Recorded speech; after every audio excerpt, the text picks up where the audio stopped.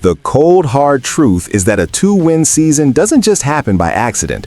It happens because your foundation is cracked and your depth is non-existent. The numbers don't lie, and neither does this move. I have been looking at the transaction wire all morning, and the Carolina Panthers just sent a message to the entire league that the bottom of this roster is officially under construction. Dan Morgan is not waiting for the draft or the start of the new league year to begin the process of weeding out the players who don't fit the new culture in Charlotte. He has officially signed 15 players to reserve/future contracts. And while these might seem like minor procedural moves to the casual observer, I can tell you from decades of covering the front office beat that these are the moves that define the competitive floor of a franchise. But before we break this down, make sure you're subscribed to the channel, hit that like button, and tell me in the comments, which city are you watching from? I need to explain exactly what a reserve/future contract is, because it is the most misunderstood tool in a general manager's arsenal. These contracts are specifically designed for players who were not on an active roster when the regular season ended. By signing these 15 individuals now, Dan Morgan is essentially claiming their rights for the 2024 season before they can even hit the open market in March. It is a land grab for talent, and for a team that struggled with basic execution and depth at almost every position last year, it is a mandatory step in the right direction. I have spent a lot of time analyzing how successful franchises like the Ravens or the Steelers utilize the bottom third of their roster, and they treat these future deals like gold. They use them to secure players they liked during the preseason, or guys who showed a spark on the practice squad. When I look at the 15 names the Panthers have brought back, I see a clear pattern. Morgan is looking for traits, speed, size, and most importantly, a certain level of dog that he felt was missing from the locker room last year. I have heard from sources within the building that the evaluation process for these 15 players was grueling. This wasn't just a matter of keeping guys around because they were familiar with the facility. These were 15 deliberate decisions made to ensure that when the team starts OTAs and training camp, there is actual, tangible competition for the veterans. I think back to the way the roster was constructed under previous regimes, where the drop-off from the starters to the backups was a literal cliff. You cannot win in the NFL if your second stringers cannot push your starters, and you certainly cannot win if your scout team doesn't challenge your first team every Wednesday and Thursday in practice. These 15 signings are the first brick in rebuilding that wall. I am particularly interested in the financial aspect of this. These deals typically come at the league minimum, meaning they have zero impact on the team's ability to pursue big-name free agents later this spring. It is a low-risk, high-reward strategy. If even 2 or 3 of these 15 players develop into contributing special teamers or rotational depth, the ROI is massive. I have seen many careers started on these future deals. You look at guys who were once considered afterthoughts who ended up becoming core special teams captains or even spot starters because they took advantage of this specific window. For Dan Morgan, this is also about optics. He is signaling to the rest of the league and to the fans that the wait-and-see approach is over. He is being proactive. He is filling the 90-man roster early so that he can focus his scouting department's energy on the draft and the high-end free agency market. I have always said that a GM is only as good as his ability to manage the margins, and these 15 signings are a masterclass in marginal management. We are talking about guys who have spent the last few months grinding on the practice squad, staying in shape without the promise of a paycheck, and showing the coaching staff that they have the mental fortitude to stick with the process. I believe Dave Canales had a significant say in who these 15 players were. He needs specific archetypes for his offensive and defensive systems, and you can bet that he was looking for players who showed explosive traits on film.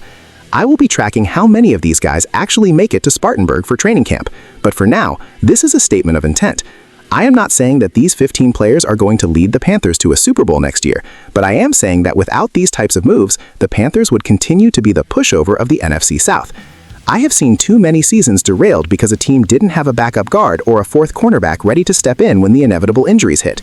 This is the insurance policy that Dan Morgan is taking out on the 2024 season. It is a technical, grinding part of the job, but it is exactly what I expected from a guy who knows the value of a blue-collar work ethic in this league.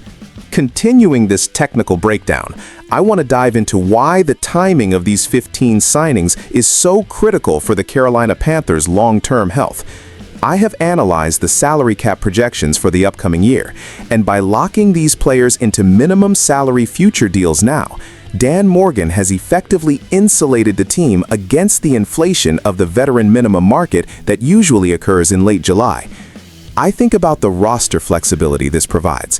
When you have 15 players already under contract who understand the basic terminology and the culture of the building, you don't have to scramble during the second wave of free agency to fill out your 90-man roster with bodies just to have enough people to run a practice.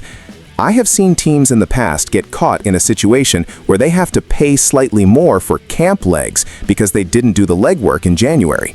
Morgan is avoiding that trap entirely. I also want to touch on the psychological impact of these moves. For the players who signed, this is a life-changing opportunity. I have spoken to many players over the years who describe the anxiety of the offseason when you don't have a contract. By providing these 15 players with a future deal, the Panthers are securing their loyalty and ensuring they are in the building for the voluntary workout programs. I have always believed that the best development happens in the dark, in the weight rooms and the film rooms during February and March when nobody is watching. These 15 guys now have a key to the facility and a clear path to a roster spot. I am looking at the positional breakdown of these signings as well. While the team hasn't explicitly highlighted every individual's role, I can tell you that the emphasis was clearly on the trench players and the secondary. In a Dave Canale's offense, you need a high volume of receivers and tight ends who can block and run precise routes. On the defensive side, you need speed. I have noticed that several of these signings possess high relative athletic scores, which tells me that the scouting department is leaning heavily into data-driven decision-making. I have been critical of the Panthers' lack of identity in the past, but this move suggests a shift toward a more clinical, evaluative process.